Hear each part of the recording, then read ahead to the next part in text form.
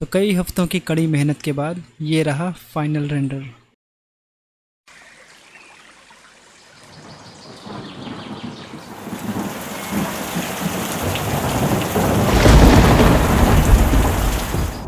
तो बस एक कप चाय लो और कुर्सी पे बैठ जाओ, क्योंकि यहाँ आज आप बहुत कुछ सीखने वाले हो।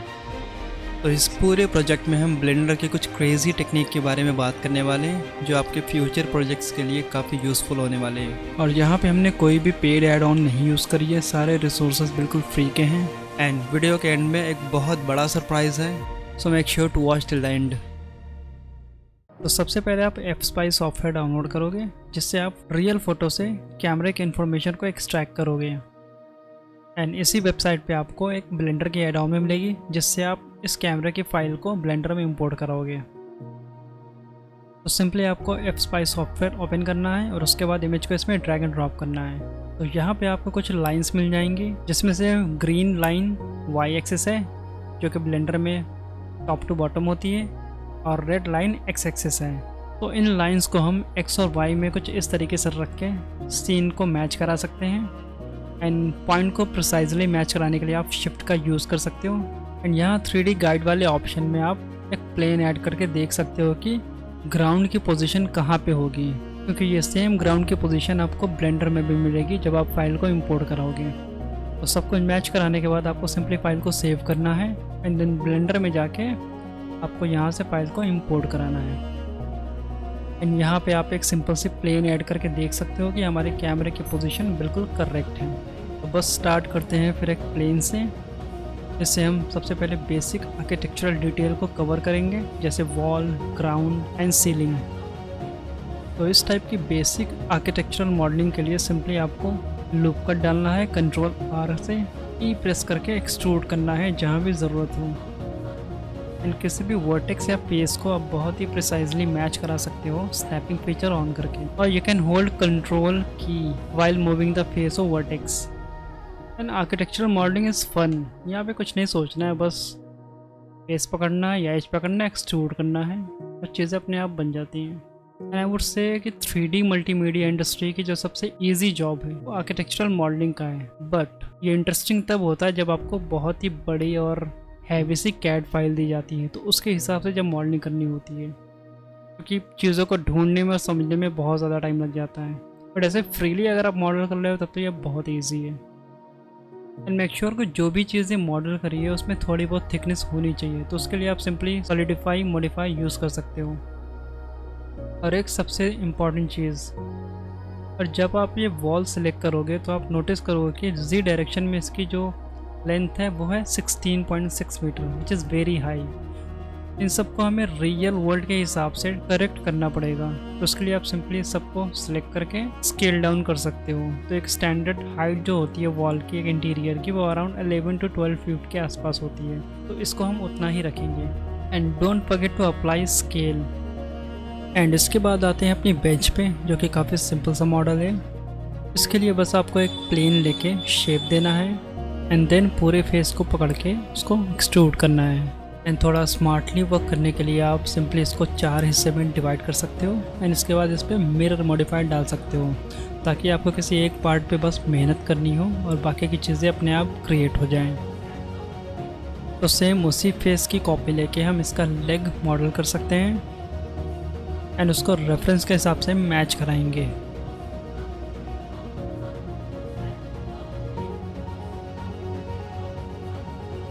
एंड मॉडल करने के बाद अब हमें डिस्प्लेस मॉडिफायर ऐड करना है, जिससे हम ज्योमेट्री को थोड़ा बहुत डिस्प्लेस करेंगे, थोड़ा सा ऑर्गेनिक लुक देंगे। जैसे बहुत टाइम से कोई भी बेंच रखी होती है, उसकी लकड़ी बेंड हो जाती है, या उसका शेप बेसिकली एकदम स्ट्रेट सा नहीं होता, तो वैसा कुछ हम यहाँ पे ट्राई करेंगे डिस्प्लेस मॉडिफायर से। बट डिस्प्लेस से पहले हमें बेवल मॉडिफायर यूज़ करना है, क्योंकि इसके एजेस बहुत ज़्यादा शार्प हैं, तो इसको थोड़ा सा स्मूथ बनाना है रियल लाइफ के हिसाब से। एंड इसके बाद डिस्प्लेस मॉडिफायर, जिसकी वैल्यू हम बहुत ही कम रखेंगे। एंड डिस्प्लेस के लिए आप सिंपली क्लाउड टेक्सचर यूज़ कर सकते हो, जो ब्लेंडर का प्रोसीजरल टेक्सचर होता है।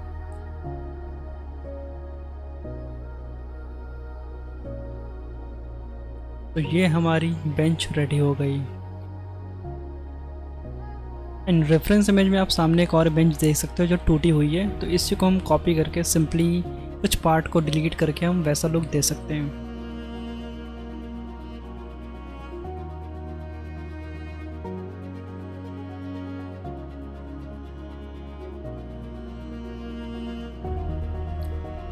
एंड इसके बाद शटर की मॉडलिंग स्टार्ट करते हैं। एंड ये भी काफ़ी सिंपल है, बस रेफरेंस के हिसाब से आपको इसका एक पैटर्न मॉडल करना है, जो कि आप सिंपली कुछ इस तरीके से मॉडल कर सकते हो। एंड मॉडल करने के बाद इस पर एरे मॉडिफायर अप्लाई करना है, जिससे हम इसकी मल्टीपल कॉपीज निकाल सकते हैं। और शटर के बॉटम पार्ट पे थोड़ी सी डिटेल होती है जहाँ से हम उसको लॉक करते हैं, तो वो भी सिंपली आप इसी फेस की कॉपी लेके, वो सिंपल सा फ्लैट सा होता है, तो उसको आप ऐसे ही बना सकते हो।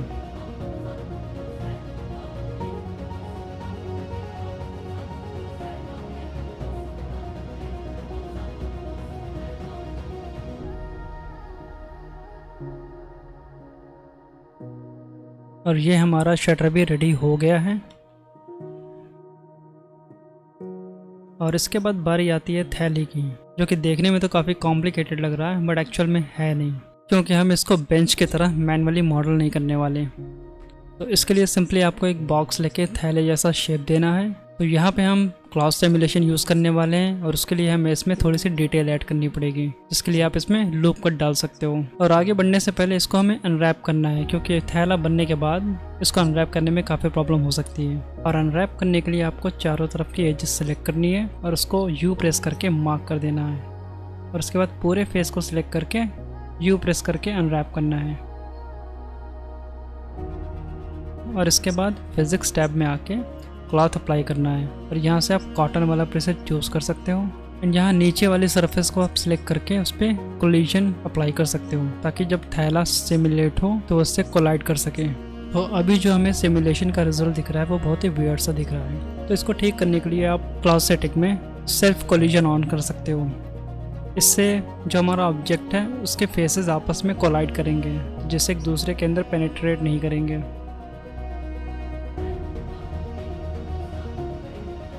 इसके अलावा आप थोड़ा सा प्रेशर ऑन कर सकते हो, जिससे इसके अंदर एक एयर फिल हो जाएगी, तो थोड़ा और रियलिस्टिक रिजल्ट मिलेगा। एंड ऑब्जेक्ट की रोटेशन भी आप चेंज करके देख सकते हो, इससे भी आपको थोड़ा सा रैंडम रिजल्ट मिल सकता है। तो मैंने यहाँ मल्टीपल टेस्ट किए, थोड़ी सेटिंग को चेंज करके और थोड़ी सी ऑब्जेक्ट की रोटेशन को। तो फाइनली लास्ट पे मुझे ये रिज़ल्ट मिला, जो कि ठीक ठाक था। और इसको थोड़ा और स्मूथ बनाने के लिए आप सब डिवीजन मॉडिफायर यूज़ कर सकते हो। और अब हम इसे इसकी जगह पे प्लेस कर सकते हैं। और अब बारी आती है इन दोनों भाई साहब की, जो आपस में काफ़ी क्लोज हैं। और यहाँ पे कॉम्प्लिकेशंस का लेवल पहले से थोड़ा ज़्यादा है, बट ट्रस्ट मी ये भी बहुत ईजी है। तो बस अपना पुराना वाला थैला लेंगे और उसको ऊपर से हम थोड़ा सा सॉफ्ट सिलेक्शन लेके स्केल डाउन करेंगे, एंड क्लॉथ अप्लाई करके हम उसको सेम सेटिंग पे रखेंगे जैसा हमने पहले किया था। यहाँ पे भी आपको थोड़ा बहुत वेट और प्रेशर के साथ खेलना पड़ सकता है, and you will get this kind of result. तो दूसरे बैग को इसके साथ चिपका के रखने के लिए जो सिमुलेट हो चुका है उसको हम मैश में कन्वर्ट करेंगे और उस पर कोलिजन अप्लाई करेंगे, ताकि ये वाला सिमुलेट होके उससे कोलाइड कर पाए। And then hit simulate. और अगर आपको कुछ ऐसा स्ट्रेंज रिजल्ट मिलता है तो इसका मतलब ये है कि क्लॉथ की सेटिंग में जो सेल्फ कोलिजन का ऑप्शन होता है उसमें थोड़ी सी हमको वैल्यू कम करनी पड़ेगी। और अगर आपको कोलिजन के बीच में थोड़ा सा गैप दिखता है तो आप यहाँ पे थिकनेस को कम कर सकते हो।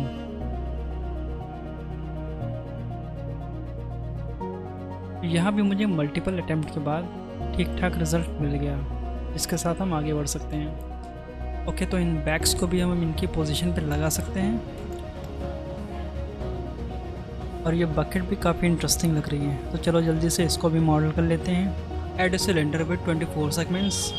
टॉप पे इसको सिलेक्ट करके आप इसको स्केल कर सकते हो बाल्टी जैसा लुक देने के लिए, और बॉटम पे थोड़ा सा इंसेट करके आप बाहर की तरफ एक्सट्रूड करोगे, वो जो नीचे की डिटेल है उसको ऐड करने के लिए।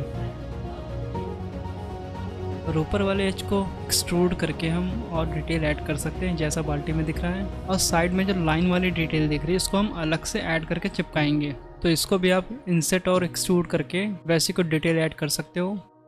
और हम इस पर सब डिवीजन यूज़ करेंगे, तो इसके लिए सपोर्टिंग लूप ऐड करने पड़ेंगे ताकि शेप होल्ड हो जाए सही से।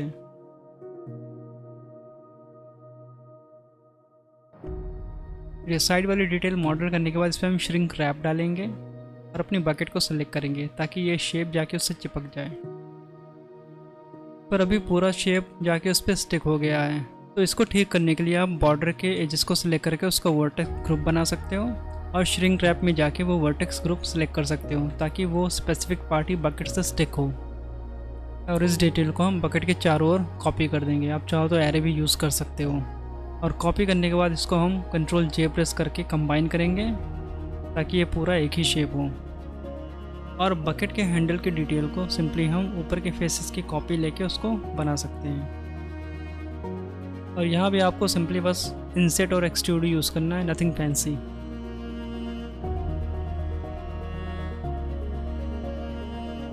और ये हमारी लो पॉली बकेट रेडी हो गई। अब कुछ लोग ये सोच रहे होंगे कि ये जो साइड की डिटेल है वो मैंने अलग से क्यों चिपकाई, उसको तो हम बाल्टी में से भी एक्सट्रूड कर सकते थे। बिल्कुल कर सकते थे, बट बाल्टी का जो पॉली काउंट है वो बहुत ज़्यादा हाई हो जाता। और अगर हम लो पॉली से ये डिटेल एक्सट्रूड करते तो बाल्टी का शेप पूरा राउंड नहीं होता। तो कुल मिला के मुद्दे की बात यह है कि अपने एनवायरनमेंट के कैमरे व्यू के हिसाब से बाल्टी कैमरे से काफ़ी दूर रखी हुई है, तो इतनी डिटेल इनफ है। ओके, तो इस एनवायरनमेंट के मेन एलिमेंट्स रेडी हैं। इसके अलावा हमने ये रोड मॉडल करी है जो कि सिंपली एक प्लेन से बनाई है। यहाँ पे हम कुछ घर ऐड करेंगे, लो पॉली हाउस। तो इस पूरे एरिया का थोड़ा सा आइडिया लेने के लिए हमने ये यूज़ किया हुआ है सैटेलाइट डेटा। तो बेसिकली हमने ये वाला इन्वायरमेंट मॉडल किया है जहाँ पे बेंच और बाकी चीज़ें रखी हुई हैं, और ये पास की रोड है, और ये कुछ घर हैं जो कैमरे के व्यू में दिख रहे हैं। तो इसके हिसाब से आप इसकी प्लेसमेंट कर सकते हो। तो जो लो पॉली हमने घर बनाए वो कुछ ऐसे दिख रहे हैं। बहुत ही सिंपल है, बहुत ही बेसिक, बिल्कुल low poly, anyone can model easily. और ये जो मेटल शीट है ये हमने ऑलरेडी एक ट्यूटोरियल में बना रखा था, तो मैंने वहीं से इसको डायरेक्टली इंपोर्ट करा लिया है। वो भी काफ़ी अच्छा ट्यूटोरियल है, आप जाके देख सकते हो। और बाकी जो घर का मॉडल है वो बहुत ही बेसिक है। और ये वाला घर कैमरे में बस थोड़ा सा दिख रहा था, यू कैन सी हियर, तो इसको हमने इतना ही बनाया है। तो बाकी इसमें मेन काम टेक्सचरिंग का है, वो भी हम आगे देखेंगे। तो स्टार्ट करेंगे अब ट्यूटोरियल का सबसे इंटरेस्टिंग पार्ट जो है टेक्सचरिंग। पर टेक्सचरिंग से पहले हमें थोड़ी सी लाइटिंग करनी पड़ेगी ताकि उस लाइटिंग कंडीशन में हम टेक्सचर्स को सही से चेक कर पाएँ। उसके लिए सिंपली आपको शेड एडिटर में जाओगे और यहाँ से वर्ल्ड सेटिंग में, और यहाँ से आप स्काई टेक्सचर ऐड करोगे। एंड इसको चेक करने के लिए आप यहाँ से रेंडर मोड में जाओगे। तो अभी सब कुछ बहुत ज़्यादा ओवर ब्राइट हो गया है, इसको हम थोड़ा सा कम करेंगे इसके स्ट्रेंथ को। यहाँ से आप सन साइज़ को बढ़ा सकते हो थोड़ी सी शेडो सॉफ्ट करने के लिए। और इसके अलावा आप लाइट की डायरेक्शन चेंज करके देख सकते हो यहाँ सन रोटेशन से। एंड एक चीज़ और हमें ठीक करनी पड़ेगी, यहाँ पे हमें इस पार्ट को ब्लॉक करना पड़ेगा ताकि यहाँ पे एक सही से शेडो बन पाए, क्योंकि ये एरिया ओपन है तो यहाँ से लाइट पूरा अंदर ब्लीड हो जाएगी। तो सिंपली आपको यहाँ पे बस एक प्लेन ऐड करनी है। बट अब प्रॉब्लम ये आ रही है कि कैमरे के आगे प्लेन आ गई है तो कैमरे में कुछ दिख नहीं रहा है। तो इसको ठीक करने के लिए आप कैमरा सेलेक्ट करके कैमरे की सेटिंग में जाओगे, और यहाँ से एक ऑप्शन होता है क्लिप स्टार्ट। ये बेसिकली कैमरे की जो विजिबिलिटी है वो उसको इंक्रीज़ कर देता है। मतलब कैमरा जो अभी यहाँ से देख रहा है तो अब कैमरा यहाँ से देखना शुरू करे, इसके बीच में जो भी आएगा उसको कैमरा स्किप कर देगा। तो यहाँ क्लिप स्टार्ट से होता है। तो अभी ये प्रॉब्लम सॉल्व। तो अब थोड़ी सी लाइटिंग पे एक्सपेरिमेंट करके देखते हैं कि किस डायरेक्शन से सबसे अच्छा लुक एंड फील आ रहा है। थोड़ा सा आप इंटेंसिटी को कम ज़्यादा करके देख सकते हो। आई थिंक अभी के लिए ये सही है, बाकी इसको हम बाद में चेंज करके देख लेंगे जैसा होगा। ओके, तो अब टेक्सचरिंग स्टार्ट करते हैं। तो टेक्सचरिंग के लिए हमने यहाँ पे एम्बिएंट सीजी और पॉली हेवन वेबसाइट यूज़ करी है, जहाँ पे आपको सारे मटेरियल्स बिल्कुल फ्री में मिल जाते हैं। तो टेक्सचरिंग स्टार्ट करेंगे हम वॉल से। इसके लिए हमने white rough plaster material download किया है पॉली हेवन से 4K में। तो इसको हम यहाँ पे मर्ज कराएंगे। एंड वॉल एक ऐसा पार्ट है जो इंटायर इमेज को सबसे ज़्यादा कवर कर रहा है, तो इसीलिए हमने इसको 4K में डाउनलोड किया है, वरना बाकी सारे टेक्सचर हम 1K या 2K में यूज़ करेंगे। और यहाँ हम सीन में अनरैपिंग भी नहीं करने वाले हैं, तो हम इसलिए बॉक्स मैपिंग यूज़ करेंगे। तो अभी चेक करते हैं, तो बहुत ही स्ट्रेचेस आ रहा है अभी। तो इसको ठीक करने के लिए हम यहाँ इमेज से फ्लैट को बॉक्स में चेंज करेंगे। ओके, तो टेक्सचर ठीक हो गया, बट यहाँ पे अभी बहुत ज़्यादा रेपिटेशन आ रही है, तो उसको हम यहाँ से कंट्रोल करेंगे। और उसके बाद कलर हमें मैच कराना पड़ेगा इमेज रेफरेंस के हिसाब से। और यहाँ पे अभी हम डिस्प्लेसमेंट को डिस्कनेक्ट कर देते हैं क्योंकि इसकी ज़रूरत नहीं है। फिर उसके बाद हम यहाँ पे कलर रैम्प यूज़ करेंगे। सिंपली यहाँ से हम कलर पिक कर सकते हैं अपने रेफरेंस से। तो एक सबसे डार्क स्पॉट, यहाँ पे आके हम कोई लाइटर स्पॉट चूज़ कर सकते हैं। तो ये कलर कुछ इस तरीके से आ जाता है। तो उस वॉल को थोड़ा इंटरेस्टिंग बनाने के लिए हम यहाँ कलर रैम के साथ थोड़ा खेल के देख सकते हैं।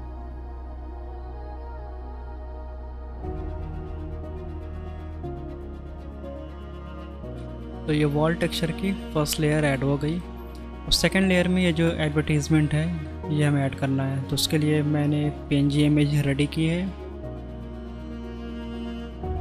तो इस इमेज को हम इसके ऊपर हम मर्ज करेंगे एज अ सेकंड लेयर। तो ये बेसिकली एक PNG इमेज है विद ट्रांसपेरेंट बैकग्राउंड। तो इस सेम मटेरियल को हम यहाँ पे कॉपी कर सकते हैं। इसको यहाँ बेस कलर में लगाएंगे। अब यहाँ देख सकते हो यहाँ पे कुछ भी विजिबल नहीं है क्योंकि UV मैपिंग हमने नहीं कर रखी है। ये सेम टेक्सचर कोऑर्डिनेट हमें यहाँ भी लगाना पड़ेगा। इसको सेलेक्ट करके Ctrl+T एंड उसको ऑब्जेक्ट एंड यहाँ पे बॉक्स मैपिंग। एंड अभी हमें हमारा टेक्सचर दिखने लगा है। इसकी रेपिटेशन थोड़ी कम करते हैं एंड उसके अलावा यहाँ पर रिपीट से हटा के हम एक्सटेंड पे करेंगे ताकि ये रेपिटेशन हट जाए। यहाँ से आप XYZ में इसको मूव कर सकते हो।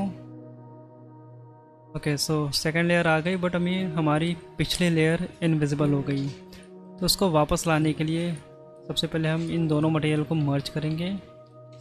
और ये सब जो सारे शॉर्टकट हैं इन सब का मैंने एक अलग से सेपरेट वीडियो बना रखा है, तो उसको आप जाके देख सकते हो। तो लॉजिकली हम इसको पहले रखेंगे और इसको सेकंड लेयर पे, और थोड़ा सा इसकी अरेंजमेंट हम ठीक कर लेते हैं ताकि हमारा जो व्यू पोर्ट है वो नीट एंड क्लीन रहे। ओके, सो यहाँ पे हमें अपना मास्क ऐड करना पड़ेगा। तो इसका जो अल्फ़ा है आप यहाँ फैक्टर में डाल सकते हो। तो आप देखोगे कि ये एज अ सेकंड लेयर यहाँ पे विजिबल हो गई है। बट वॉल तो हमारी काफ़ी ओल्ड लुक की है, काफ़ी डिस्टॉर्टेड है, तो वैसा कुछ इफेक्ट इस लोगो पे लाने के लिए तो हम यहाँ पे नॉइज़ या किसी प्लास्टर टेक्सचर को मिक्स करके वो इफेक्ट ला सकते हैं।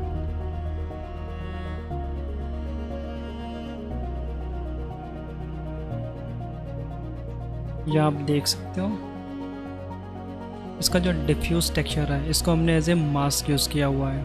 तो इसका मास्क आप कलर रैम से कुछ ऐसा लुक दे सकते हो, और जब उसको आप उस टेक्सचर के साथ मास्क करोगे तो वो कुछ ऐसा रिजल्ट देगा। फाइनली इन सबको मिला के हमारे पास ये आ गया जो कि काफ़ी सही लग रहा है आई थिंक। तो अभी हमारे पास यहाँ पे 2 लेयर्स हो गई। एक लेयर और हमें चाहिए जो कि डर्ट लेयर होगी, जो यहाँ पे कॉर्नर पे और जो नीचे वाला पार्ट है। तो उसको क्रिएट करने के लिए simply ambient occlusion, colour ramp और नॉइस के साथ, जो कि मैं हमेशा यूज़ करता हूँ अपने सीन में। तो ये मास्क रेडी है। तो जो हमने डर्ट मटेरियल डाउनलोड किया था एम्बिएंट CG से, उसको हम यहाँ पे इंपोर्ट कराएंगे। तो इसको हम सेकंड लेयर में डालेंगे और इस टेक्सचर को एज ए मास्क। इसको हम चेक करते हैं। तो ये डर्ट हमारी काफ़ी स्ट्रेच से दिख रही है क्योंकि ऑब्वियसली हमने यहाँ पे फ्लैट मैपिंग यूज़ करी, जिसको हमें चेंज करके बॉक्स पे करना होगा। Okay, looks good.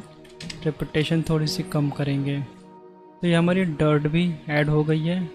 अब एम्बियंट ऑक्लूजन मतलब AO, इसका यूज़ करने का सबसे बड़ा फ़ायदा है कि जहाँ भी ऑब्जेक्ट रखे हुए हैं वो उस चीज़ को कंसिडर करता है। आप एक चीज़ नोटिस करोगे कि यहाँ पे भी जो कॉर्नर है यहाँ भी डर्ट ऐड हो गई है, तो हमें कहीं भी मैनुअली वर्क नहीं करना पड़ेगा। इसका सबसे बड़ा फ़ायदा यही होता है।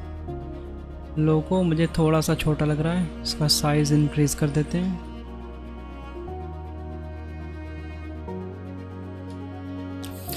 और एक अच्छे 3D आर्टिस्ट की तरह हमारी एक हैबिट होनी चाहिए कि हम चीज़ों को सही से कैटेगराइज रखें। तो शेड एडिटर में आप चीज़ों को ऑर्गेनाइज करके उस पर नेमिंग दे सकते हो, ताकि आप जब किसी और को फाइल ट्रांसफ़र करो या खुद ही जब आप कभी भी फाइल को ओपन करो तो ईज़िली समझ में आ जाए कि यहाँ शेड एडिटर में एक्चुअली चल क्या रहा है और कौन सा नोड किस चीज़ के लिए रिस्पॉन्सिबल है। तो मैंने यहाँ बेसिकली मेन शेडर को सेंटर में रखा है और जो एडिशनल लेयर है उनका जो मेन शेडर है वो नीचे है और जो उनसे रिलेटेड मास्क है वो सबसे ऊपर वाली जगह पे है।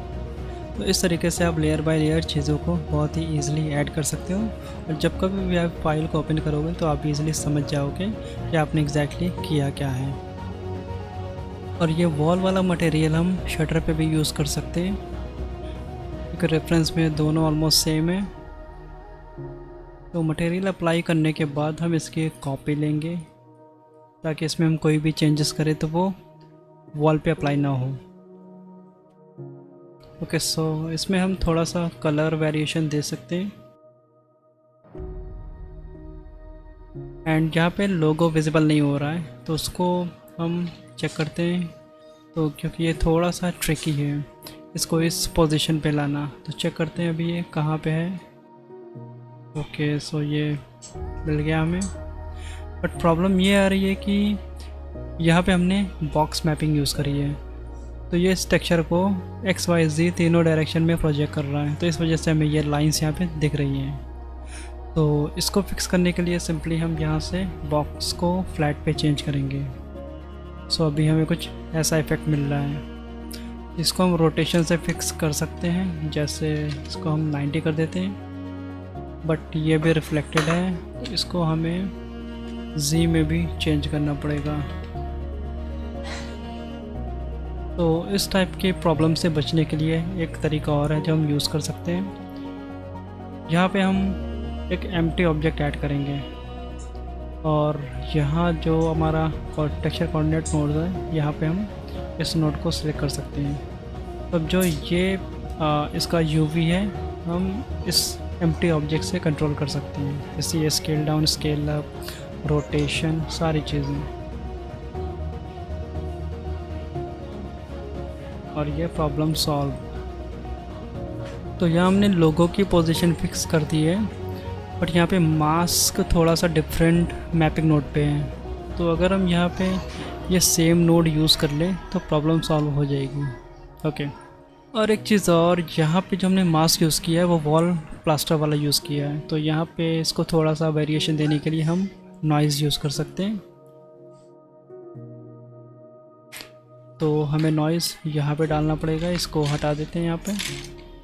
नॉइज़ का इफेक्ट हमें दिख रहा है, बट इसकी थोड़ा सा सेटिंग्स को चेंज करके देख लेते हैं। तो ये सेम मटेरियल हम इस शर्ट पे भी अप्लाई करेंगे एंड यहाँ पे लोगो नहीं दिख रहा है, तो ये प्रॉब्लम हम यहाँ से ठीक कर सकते हैं, क्योंकि अभी एक स्टैंड पे है तो इसको रिपीट पे लगाना पड़ेगा।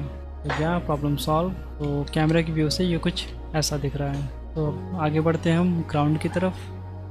तो पहले हम फ्लोर के टेक्सचर को इंपोर्ट करा लेते हैं और उसके बाद change it to box mapping और टेक्सचर कोऑर्डिनेट को UV से ऑब्जेक्ट पे। और यहाँ भी हमें कॉर्नर पे डस्ट ऐड करनी पड़ेगी। तो हमने डर्ट मास्क ऑलरेडी बना रखा है जो हमने वॉल पे यूज़ किया है, तो हम उसे वहाँ से कॉपी कर सकते हैं। और यहाँ एक सिंपली हम डिफ्यूज़ BSDF ऐड करेंगे और थोड़ा सा कलर वेरिएशन लाने के लिए हम नॉइज़ टेक्सचर यूज़ कर सकते हैं इसमें।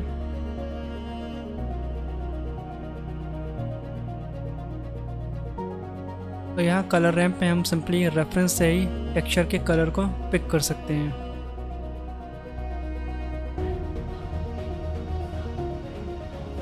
एंड नॉइज़ और कलर रैंप को अपने टेस्ट के हिसाब से एडजस्ट करने के बाद हम ये डर्ट मास्क एक बार फिर से कॉपी करेंगे और डस्ट की एक अलग लेयर ऐड करेंगे जो ओवरऑल ग्राउंड पे हर तरफ होगी।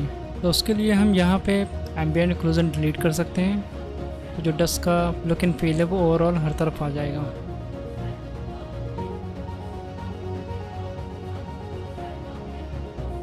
और फिर आते हैं हम सीलिंग पर। उसके लिए भी वही सेम सेटअप। यहाँ सीलिंग पे मुझे डिफ्यूज टेक्सचर का जो कॉन्ट्रास्ट है वो थोड़ा ज़्यादा लग रहा है, तो उसको हम कलर रैम्प से थोड़ा ट्विक कर सकते हैं। और यहाँ भी हम ग्राउंड वाला डर्ट टेक्सचर और मास्क कॉपी कर सकते हैं।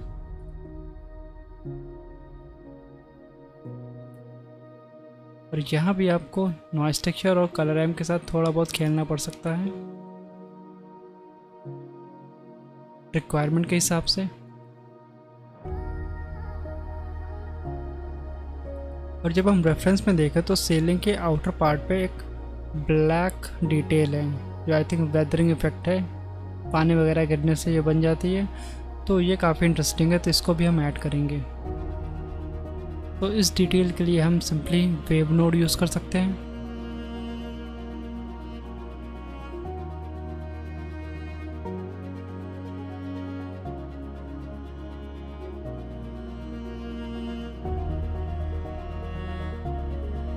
और उसको हम कलर रैम्प से थोड़ा एडजस्ट कर सकते हैं रेफरेंस के हिसाब से। और ये भी पूरे शेप पे ये विजिबल हो रहा है, तो इसको बस कॉर्नर पे मास्क करने के लिए हम ग्रेडियंट नोड यूज़ कर सकते हैं। और सिंपली इन दोनों को मिक्स करके हम मल्टीप्लाई मोड सेट कर सकते हैं। मास्क रेडी है, तो अब सिंपली हम डिफ्यूज बेसजेब के साथ कलर रैम्प और नॉइस टेक्सचर यूज़ कर सकते हैं थोड़ा सा वैरायटी लाने के लिए।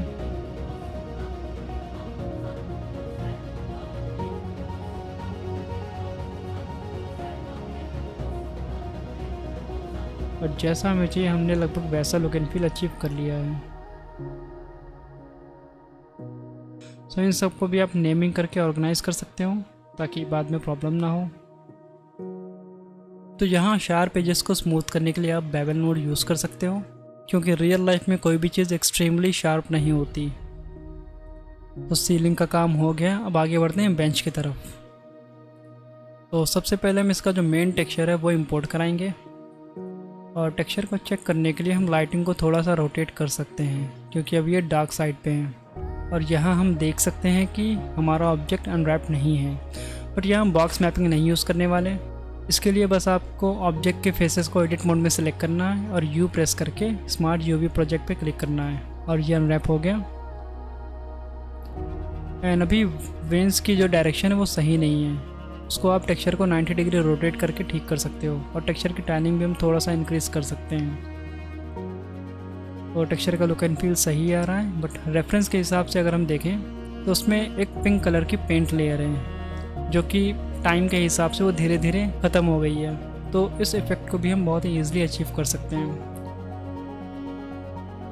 तो सबसे पहले डिफ्यूज BSDF लेके हम इसकी पेंट लेयर बना लेंगे। हम सेम टेक्सचर यूज़ कर सकते हैं, बस कलर रैम्प पे या पिंक वाला कलर हमें पिक करना पड़ेगा। और कलर रैम्प के साथ सेम टेक्सचर यूज़ करने का फ़ायदा ये है कि जो टेक्सचर की ग्रेन्स की डिटेल होती है वो उसमें हमें अपने आप मिल जाती है। सो अब एक मास्क बनाते हैं और यहाँ हम ज्योमेट्री नोड यूज़ करेंगे।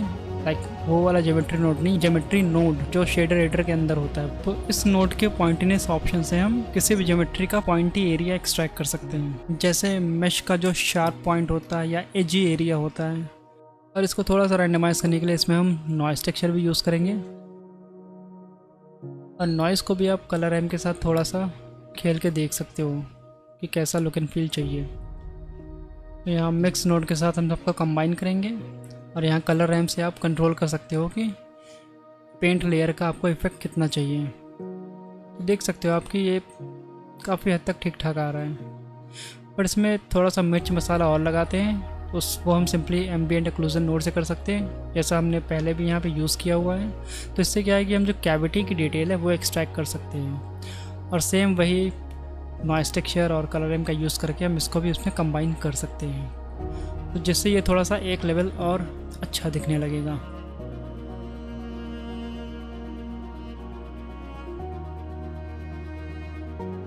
तो ये सेम मटेरियल हम दूसरी वाली बेंच पे भी अप्लाई कर देंगे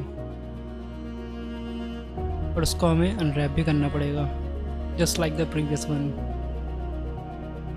एंड आई थिंक बट इसमें अभी भी वो वाव फैक्टर नहीं है, जो एक चिप्ड एंड रिप्ड वाला जो फील आता है कि पेंट उखड़ा हुआ है। सो एक आइडिया मेरे दिमाग में, जो हमने वॉल प्लास्टर यूज़ किया है उसका टेक्सचर कुछ वैसा ही है, तो उसका हम डिफ्यूज़ अगर कॉपी करके इसके मास्क में मिक्स कर दें तो I think we can get amazing look.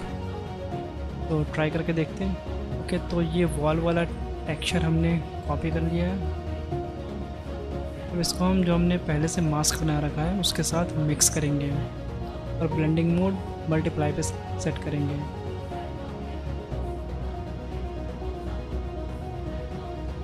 और प्लास्टर टेक्सचर पे भी हम कलर रैम्प यूज़ करके उसके ब्लैक एंड वाइट वैल्यू को कंट्रोल कर सकते हैं।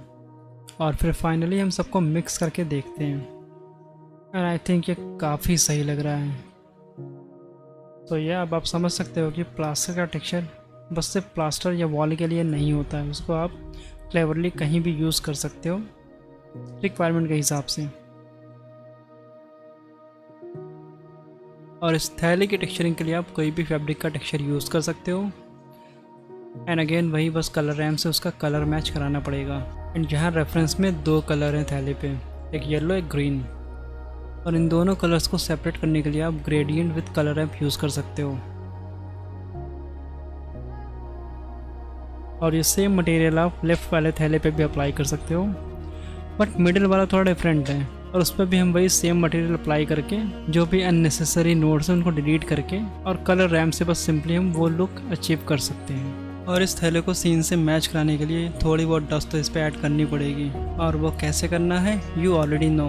और इसके बाद ये बकेट रह गई है, इस पर सिंपली एक प्लास्टिक टेक्सचर अप्लाई करेंगे। और टेक्सचर अप्लाई करने के बाद आप नोटिस करोगे कि ये अनरैप नहीं है, ऊपर से टेक्सचर स्ट्रेच हो रहा है। तो इसको भी हम सिंपली एज सेलेक्ट करके मार्क करके अनरैप कर देंगे। और टेक्सचर कलर को रेफरेंस इमेज से मैच कराने के लिए सेम वही हम कलर रैम्प यूज़ करेंगे, और इस पर भी थोड़ी सी हम डस्ट ऐड करेंगे ताकि ये भी सीन से मैच हो जाए।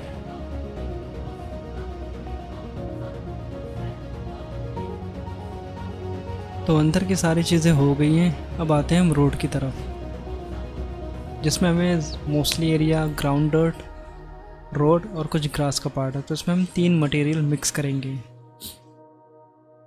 और एक्चुअल लोकेशन पे रोड कुछ ऐसे दिखती है, तो हम ट्राई करते हैं कि जितना क्लोज उसको ले जा पाएँ।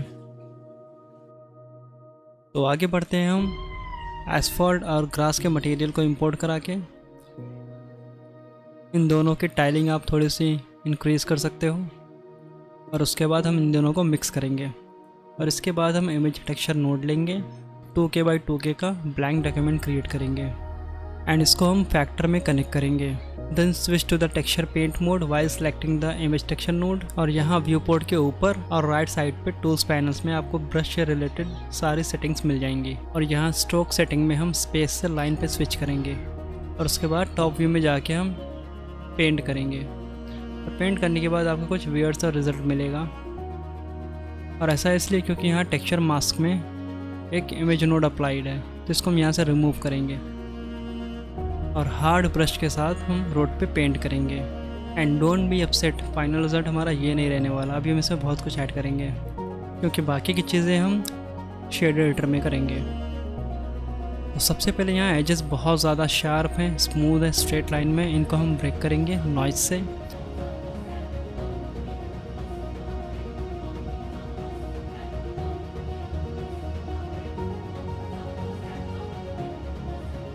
एंड लाइन को रैंडमाइज करने के बाद इसको हमें थोड़ा सा ब्लर करना होगा, जिसके लिए हम वाइट नॉइस टेक्सचर मिक्स करेंगे, क्योंकि शेडर एडिटर में कोई डायरेक्ट ब्लर नोड जैसा नोड है नहीं। सो ये ट्रिक मुझे इंटरनेट पे मिली, but it works perfectly. And road के टेक्सचर को हम 90 डिग्री रोटेट कर सकते हैं, क्योंकि अभी ये मुझे पर्सनली अच्छा नहीं लग रहा है। तो 2 मटेरियल ऐड करने के बाद हम अपना तीसरा मटेरियल डर्ट वाला ऐड करेंगे वॉल से कॉपी करके। और जो मास्क हमने ग्रास और रोड के लिए यूज़ किया है वही सेम हम इस पर भी अप्लाई करेंगे, बट यहाँ पे इमेज टेक्सचर नोड हम दूसरा लेंगे, क्योंकि उसको हमें डिफरेंटली पेंट करना है। और इसको भी आप सिमिलरली ग्रास वाले मास्क की तरह पेंट कर सकते हो।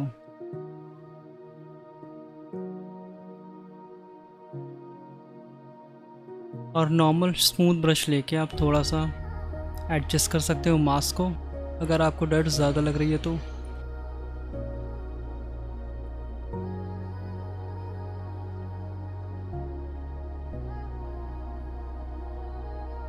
And don't forget to save your mask node, नहीं तो ब्लेंडर की फाइल बंद करने के बाद ये रिमूव हो जाएगा। एंड फाइनली चेक करते हैं कि रिज़ल्ट कैसा है। I think it looks good.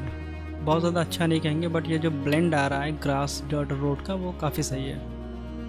And texture के लुक को थोड़ा और इन्हेंस करने के लिए हम डिस्प्लेसमेंट मैप यूज़ कर सकते हैं। तो ग्रास और डर्ट हम दोनों के डिस्प्लेसमेंट मैप को इंपोर्ट कराएंगे और इन दोनों को मिक्स करके ब्लेंडिंग मोड मल्टीप्लाई रखेंगे। एंड कलर रैंप यूज़ करके आप टेक्सचर की इंटेंसिटी को भी कंट्रोल कर सकते हो। And then at displacement node, but nothing happens.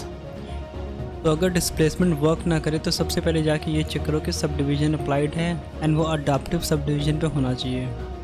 उसके अलावा शेडो सेटिंग में आप यहाँ बम्प से आप डिस्प्लेसमेंट पे स्विच कर सकते हो। And here you see the result. But अभी डिस्प्लेसमेंट पूरे रोड पे आ रहा है और हमें बस साइड में चाहिए जहाँ पे ग्रास और डर्ट है। तो रोड वाले मास्क को हम यहाँ पे सब्सट्रैक्ट कर सकते हैं मिक्स नोड लेके। And now you can see कि डिस्प्लेसमेंट का इफेक्ट अब रोड पे नहीं आ रहा है, वो बस डर्ट और ग्रास पे आ रहा है। एंड ये पहले से काफ़ी बेटर लग रहा है। So these are the low poly house. और इनकी टेक्सचरिंग पे मैं बहुत ज़्यादा मेहनत नहीं करना चाहता था क्योंकि वीडियो ऑलरेडी बहुत ज़्यादा लंबा हो गया है। तो अगर प्रोफेशनली बात करें तो इसके लिए हम सबस्टेंस 3D पेंटर यूज़ कर सकते हैं, बट उसमें ज़्यादा टाइम लगेगा। But for the time being ये कैमरे से काफ़ी दूर है और कैमरा बस इसको एक ही व्यू से देख रहा है। तो यहाँ पे हम इयान ह्यूबर्ट टेक्निक यूज़ कर सकते हैं। इयान ह्यूबर्ट बेसिकली एक ब्लेंडर आर्टिस्ट है, अगर आप ब्लेंडर यूज़ करते हो तो आपको पता ही होगा। तो यहाँ पे हम रियल इमेजेस का एक कोलाज बनाएंगे और उस पर इसके यूवीज को ले जाके पोजीशन कर देंगे। That's all. एंड ये सीरियसली दूर से तो बहुत सही लगते हैं। तो इसके टेक्सचरिंग के लिए मैंने सबसे पहले फोटोशॉप में 2K का डॉक्यूमेंट लिया और उसके रियल रेफरेंस से मैंने कुछ पार्ट कट एंड क्लोन किए। एंड उस सेम लोकेशन पे जाके गूगल स्ट्रीट व्यू से मैंने कुछ स्क्रीनशॉट और लिए।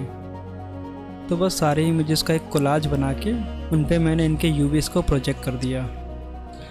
बहुत ही सिंपल एंड स्ट्रेट फॉरवर्ड। और ये बिल्डिंग्स बहुत ज़्यादा ऑप्टिमाइज्ड हैं, कंप्यूटर पे ज़रा भी लोड नहीं डालेंगे। और यहाँ डर्ट को थोड़ा सा और ऐड कर देंगे हम घर के पोजीशन के अकॉर्डिंग। एंड एस्फॉल्ट टेक्सचर को हम थोड़ा सा ब्राइट कर सकते हैं, जस्ट लाइक आवर रेफरेंस।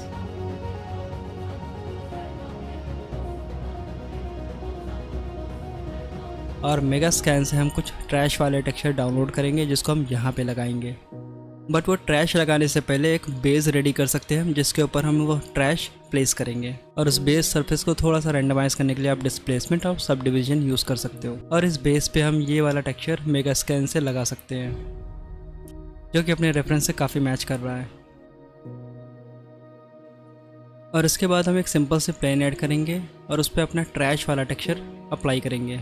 और हमने ट्रैश के 2 वेरिएशन डाउनलोड किए हैं तो उन दोनों को हम अप्लाई करेंगे यहाँ पे ताकि इस कूड़े में थोड़ा सा रैंडमनेस आ जाए और ये बिल्कुल आइडेंटिकल ना लगे। एंड इस प्लेन को बेस से चिपकाने के लिए हम श्रिंक रैप यूज़ कर सकते हैं। बट श्रिंक रैप तभी सही से वर्क करेगा जब फेस में थोड़े से सेगमेंट होंगे, तो इसको हम सब डिवाइड कर लेंगे। एंड यहाँ ऑफसेट से आप सरफेस को थोड़ा बहुत ऊपर नीचे कर सकते हो अगर ये इनविजिबल हो रहा हो सरफेस के अंदर घुस के। और उसके बाद इसको हम कॉपी करके पूरी सरफेस पे लगा देंगे अपने रेफरेंस के हिसाब से। और यहाँ पे एक चीज़ और हमें ठीक करनी पड़ेगी कि ये जो बेस हमने ऐड किया है ये रोड की सरफेस के साथ मैच नहीं कर रहा है। यहाँ पे हमें विजिबल एज दिख रही है, तो इस बेस पे हम अपना जो रोड वाला डर्ट और ग्रास है उसको हम वहाँ से कॉपी करके उसको यहाँ पे थोड़ा सा पेंट करेंगे ताकि ये सरफेस से सही से मैच हो जाए। तो बस हम यहाँ से डर्ट और ग्रास वाला टेक्सचर कॉपी करेंगे विद मास्क और इसको यहाँ ट्रैश वाली सरफेस पे पेस्ट करेंगे। और अपना पुराना वाला मास्क हम यहाँ से हटाएंगे और यहाँ पे एक नया इमेज टेक्सचर ऐड करेंगे और यहाँ पे हमें फिर से पेंट करना होगा एज को मैच कराने के लिए। और यहाँ एक चीज़ हम और चेंज कर सकते हैं, जो हमारे ट्रैश बेस वाली सरफेस है उस पर हमने डिस्प्लेसमेंट में ब्लेंडर वाला क्लाउड टेक्सचर यूज़ किया था, बट यहाँ हम इस मैप के साथ जो हमें डिस्प्लेसमेंट इमेज मिल रही है उसको हम ऐड कर सकते हैं, तो वो यहाँ पे ज़्यादा एक्यूरेटली वर्क करेगा।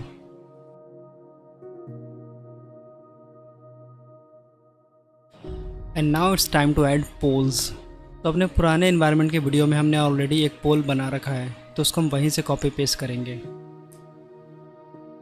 और सीन से मैच कराने के लिए हम पोल को थोड़ा बहुत एडजस्ट कर सकते हैं एंड फिर इसको सीन के हिसाब से प्लेस कर देंगे।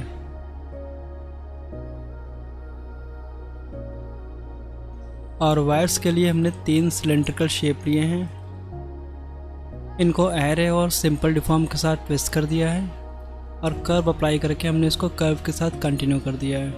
तो कर्व को हम जहाँ भी लेके जाएंगे, जितना भी एक्सटेंड करेंगे वो वायर ऑटोमेटिकली ऐड होती जाएगी। और थोड़ी बहुत वायर्स की डिटेल आप और ऐड कर सकते हो बॉक्स के साथ, ताकि चीज़ें थोड़ी सी प्रैक्टिकल लगें। एंड ये कंट्रोल बॉक्स का टेक्सचर मुझे यहाँ पे तो सही नहीं लग रहा है, तो ये गूगल से मैंने एक इमेज निकाली है जिसके ऊपर हम इसको लगा देंगे। और आप जब इस एरिया को देखोगे तो यहाँ पे लगता है कि एक इन्फिनिट स्पेस है जिसे हमें कवर करना है, तो काफ़ी चैलेंजिंग होता है, बट ठीक है, हम सिंपल वे में इसको कवर करने का ट्राई करते हैं। तो इसके लिए हम सबसे पहले रोड की कॉपी ले सकते हैं, उसको और हम आगे के साइड पे लगा देंगे। एंड यहाँ खाली एरिया में हम कुछ ट्रीज़ ऐड कर सकते हैं, जबकि ये एरिया कैमरे से काफ़ी डिस्टेंस पे है, तो यहाँ पे 3D ट्रीज़ ऐड करने का कोई सेंस नहीं है। तो सीन को थोड़ा हल्का रखने के लिए हम यहाँ पे PNG ट्रीज़ ऐड कर सकते हैं, और यहाँ इस लिंक पे आप जाके फ्री में PNG ट्रीज़ डाउनलोड कर सकते हो।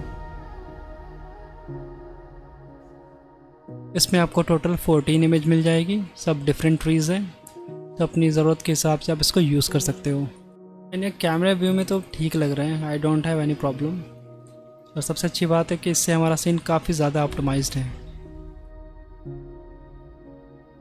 और इसकी लाइटिंग के लिए मैंने सोचा कि गोल्डन आवर का टाइम रखते हैं येलो लाइटिंग में, बट इस एनवायरनमेंट में वो चीज़ मुझे समझ में नहीं आ रही थी। मैंने थोड़े बहुत एक्सपेरिमेंट किए एंड फिर सोचा कि कुछ ओवरकास्ट या क्लाउडी वेदर टाइप का ट्राई करते हैं, तो क्लाउडी वेदर कुछ बेटर लग रहा था। एंड देन आई थॉट कि इसको थोड़ा और इंटरेस्टिंग बनाते हैं। वो कैसे? तो थोड़ा सोचने के बाद मेरे दिमाग में एक आइडिया आया, क्यों ना हम यहाँ पे क्लाउडी वेदर से धीरे धीरे इसको बारिश में कन्वर्ट कर दें, तो यह सीन काफ़ी इंटरेस्टिंग बन जाएगा। पर थोड़ा चैलेंजिंग तो था टेक्निकली, बट मैंने फिगर आउट किया कि इसको कैसे हम अचीव कर सकते हैं, वो भी बिल्कुल सस्ते में। तो चलिए देखते हैं कैसे। एंड सीन में सब कुछ ओवरऑल सही लग रहा था, बट एक चीज़ थी जो मुझे खटक रही थी, वो थी ये। आई थिंक इसको हम थोड़ा इन्हांस कर सकते हैं। तो मैंने गूगल किया laminated plastic Bora, I don't know इसका एग्जैक्ट नेम क्या है, बट सो इससे ये सिमिलर रिजल्ट मुझे मिल गया। यहाँ पे मैंने कुछ इमेजेस डाउनलोड की लाइक दिस वन, और इस इमेज को हमने पुराने वाले टेक्सचर से रिप्लेस कर दिया। यहाँ पे कुछ भी स्पेशल नहीं है, बस सिंपली उसी टेक्सचर को मैंने अलग अलग बोरे के ऊपर रख दिया है। तो ये पहले से तो काफ़ी सही लग रहा है मुझे।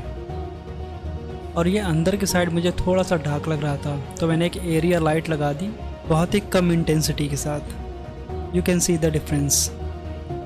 और इसके बाद हम अपना कैमरा एनिमेट करेंगे बहुत ही सिंपल वे में, अराउंड 10 सेकेंड के लिए। और इसी टाइम ड्यूरेशन में सीन पहले नॉर्मल वेदर में शुरू होगा, उसके बाद वो ग्रेजुअली चेंज हो जाएगा रेनी सीज़न में। तो ये सारा एनिमेशन हमें इसी टाइम फ्रेम में करना होगा।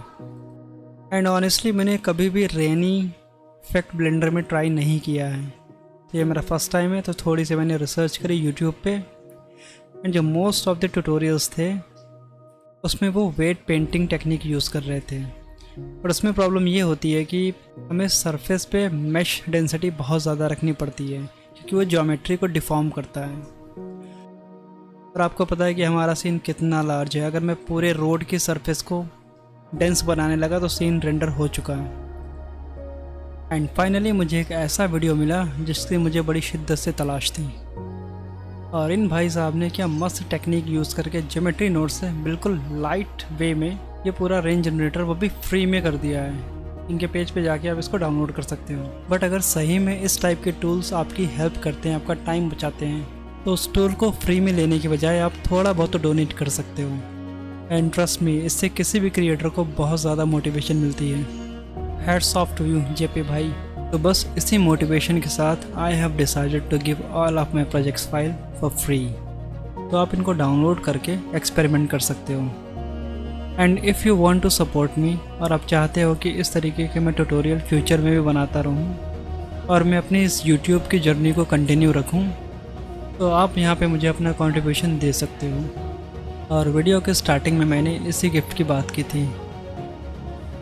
और ये रेन जनरेटर लार्ज सीन के लिए बहुत ही परफेक्ट है, क्योंकि इसमें ज्योमेट्री को बहुत ज़्यादा डेंस करने की ज़रूरत नहीं है। तो इस जनरेटर की फाइल को सीन में मर्ज कराने के बाद इस रेन जोन को हम स्ट्रीट के एरिया के अकॉर्डिंग कवर करेंगे, और इसके बाद अपने ग्राउंड को सिलेक्ट करके उस पर ज्योमेट्री नोड मॉडिफायर अप्लाई करेंगे, और वहाँ पे हम रेन स्प्लैश सेलेक्ट करेंगे। एंड यू विल नोटिस कि जो स्प्लैश का इफेक्ट है वो बस साइड में आ रहा है। एंड इसको ठीक करने के लिए हम पावर वाले ऑप्शन को ट्विक कर सकते हैं।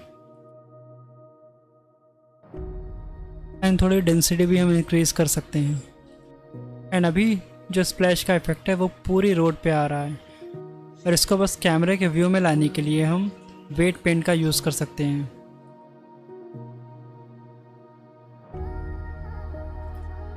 एंड अभी बारिश तो हो रही है, बट अपनी रोड बहुत ही ज़्यादा ड्राई सी है, तो इनके शेडर को भी हमें ट्विक करना पड़ेगा। इनको थोड़ा सा डार्क करना पड़ेगा, इनमें रिफ्लेक्टिविटी इंक्रीज़ करनी पड़ेगी। और ट्विक करने के साथ साथ हम पैरामीटर को एनिमेट करते हुए भी चलेंगे, और जिस भी ऑप्शन को एनिमेट करना है आप उसके ऊपर माउस ले जाके आई प्रेस कर सकते हो। रेन को 72 फ्रेम के बाद स्टार्ट करेंगे, मतलब 3 सेकंड के बाद। तो 72 पे रेन का जो स्केल होगा वो 0 होगा, और उसको 120 फ्रेम पे हम उसको 1 कर देंगे, ताकि उतने फ्रेम पे वो रेन पूरी तरह से विजिबल हो जाए, मतलब बारिश फुल मोड में स्टार्ट हो जाए। और इसी तरीके से जितने भी पैरामीटर्स को हम चेंज कर रहे हैं सबको इसी तरीके से हम एनिमेट करेंगे, उन पे कीज़ लगाएंगे।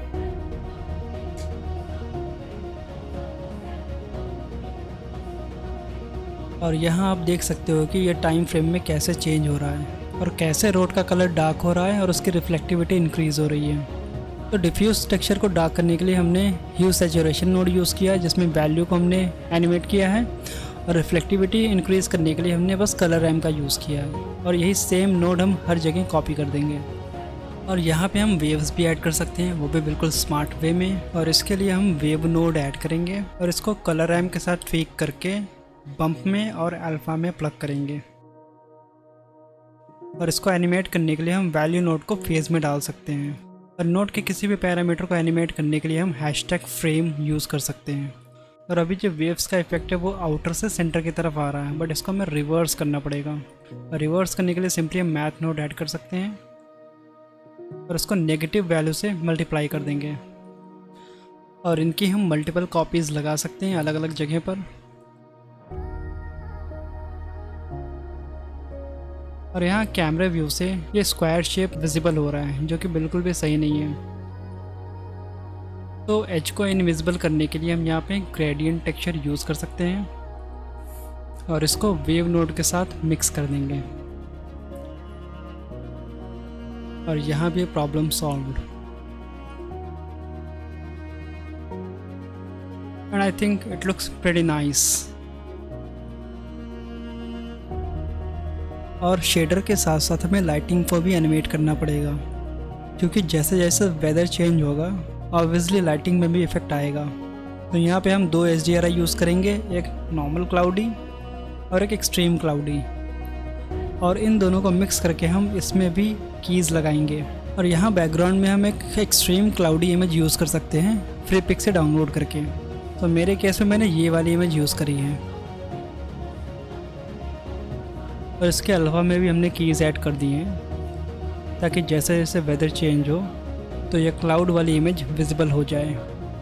और इसके साथ साथ हम कड़कती हुई बिजली भी ऐड कर सकते हैं। और इसके लिए गूगल से आप कोई भी ब्लैक बैकग्राउंड वाली इमेज निकाल सकते हो, और इसको कलर रैम के साथ ट्वीक करके बेस कलर, अल्फ़ा और एमिशन में डाल सकते हो। और इसकी विजिबिलिटी पे भी हम कीज़ ऐड करेंगे, और इस पर बिजली जैसा रियलिस्टिक एनिमेशन देने के लिए हम ग्राफ एडिटर में नॉइज़ और लिमिट यूज़ कर सकते हैं।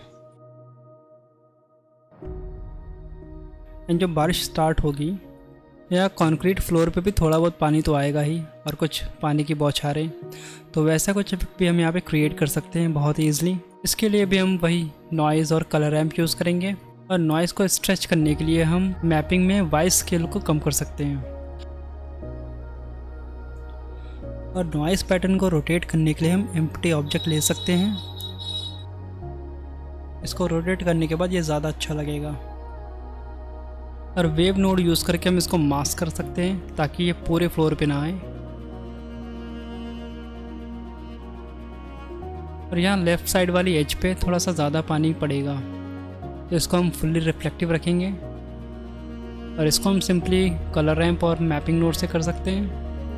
और फिर फाइनली इन सब को हम कंबाइन करेंगे और एक नया प्रिंसिपल BSDF शेडर लेके इस पर बस डिफ्यूज टेक्सचर डालेंगे।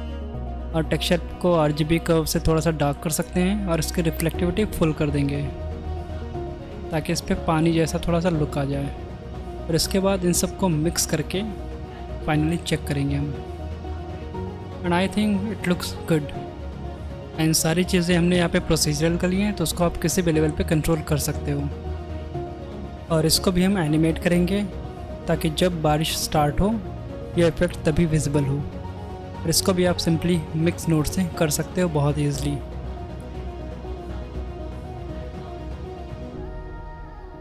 और फाइनल टचअप के लिए हम मेगा स्कैन से कुछ और एसेट डाउनलोड करेंगे। और इन मेगा स्कैन के एसेट का मटेरियल सेटअप कैसे करना है इसके लिए मैंने ऑलरेडी एक ट्यूटोरियल बना रखा है, तो उसको आप चैनल पे जाके चेक कर सकते हो। और उसके बाद हम सारे एसेट को फाइल में इंपोर्ट कराएंगे। एंड कटे हुए पेड़ को हम ऐसे सिंपली प्लेस कर सकते हैं जहाँ भी ठीक लगे। और ये जो ग्रास के वेरिएशन है इनको हम ज्योमेट्री नोड से स्कैटर कर सकते हैं बहुत ईजिली। और स्कैटरिंग के लिए नोड सेटअप बहुत ईजी होता है। सबसे पहले डिस्ट्रीब्यूट पॉइंट ऑन फेसेस, उसके बाद इंस्टेंस ऑन पॉइंट। इन सारे एसेट्स को हम एक कलेक्शन में डाल लेंगे और उस कलेक्शन को यहाँ पे ड्रैग एंड ड्रॉप कर सकते हैं। एंड अटैच करने के बाद आपको कुछ वियर्ड सा रिजल्ट दिखेगा। और इसको ठीक करने के लिए आप इन दोनों ऑप्शन को चेक कर सकते हो। बट इसके बाद आपको और भयानक रिजल्ट दिखेगा, क्योंकि मेगा स्कैन से हमने जितने भी फाइल्स डाउनलोड किए हैं वो सब FBX फॉर्मेट में हैं, तो उनका स्केल सही नहीं होता है ब्लेंडर में इंपोर्ट कराने के बाद। तो सारे एसेट को सिलेक्ट करके Ctrl A प्रेस करके हम रोटेशन और स्केल को ठीक करेंगे। और यहाँ प्रॉब्लम सॉल्व्ड। और इसके बाद स्केल और रोटेशन को थोड़ा सा रैंडमाइज करेंगे रैंडम वैल्यू नोड से, ताकि सारी चीज़ें बिल्कुल आइडेंटिकल ना दिखें। और हमने अपनी पुरानी फाइल से 2 पोज कॉपी किए थे, तो एक जो बचा हुआ है उसको हम यहाँ पे लगा सकते हैं। और रेफरेंस इमेज में भी एक यहाँ पे है। और थोड़ा बहुत कचरा और डाल देंगे इधर उधर जहाँ भी हमें सही लगे।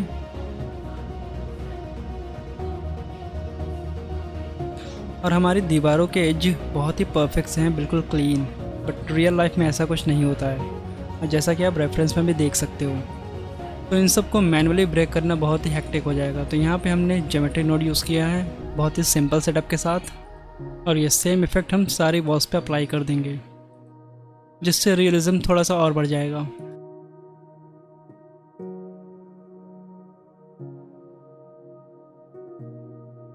और अब एक लास्ट चीज़ रह गई है, वो है पोस्टर्स, जैसा हम अपने रेफरेंस में देख सकते हैं। तो पोस्टर्स के लिए जो इमेजेस चाहिए उसको आप गूगल से और कुछ गूगल स्ट्रीट व्यू से आप अपने लोकल एरिया का ट्राई कर सकते हो। बट ट्राई ये करना कि थोड़ी डिफरेंट वैरायटीज़ हों, जैसा हम अपने आसपास देखते हैं। और इन सब को इकट्ठा करके हम फोटोशॉप से एक कोलाज बनाएंगे।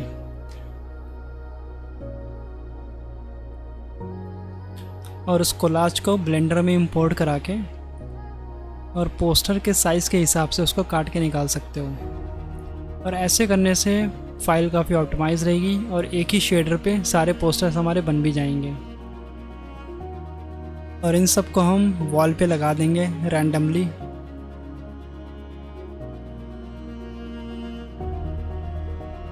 और इन पे वेयर एंड टीयर इफेक्ट देने के लिए, मतलब इनको फाड़ने के लिए, हम इनके अल्फ़ा में नॉइज़ यूज़ कर सकते हैं।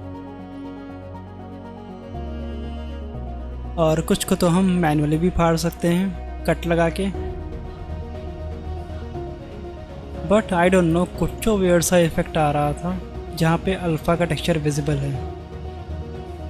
एंड आई थिंक ये एम्बिएंट ओक्लूजन की वजह से है, क्योंकि कोई भी सरफेस जब वॉल के पास आ रही है तो वो वहाँ पे डर्ट टेक्सचर को शो कर रहा है। आप यहाँ इस वाले पोस्टर पे देख सकते हो कि जो सरफेस वॉल के पास है वहाँ पे डर्ट ऐड हो रही है। और डर्ट तो हम हटा नहीं सकते क्योंकि वरना कॉर्नर से भी डर्ट हट जाएगी। तो इंटरनेट पे मैंने घंटों स्पेंड किए बट कुछ सोल्यूशन नहीं मिला। एंड उसके बाद मैं खुद ब्लेंडर में थोड़ा बहुत एक्सपेरिमेंट करने लगा। तो यहाँ रे विजिबिलिटी में मैंने जब शेडो को ऑप्शन को अनचेक किया तो ये गायब हो गया। तो यह प्रॉब्लम सॉल्व।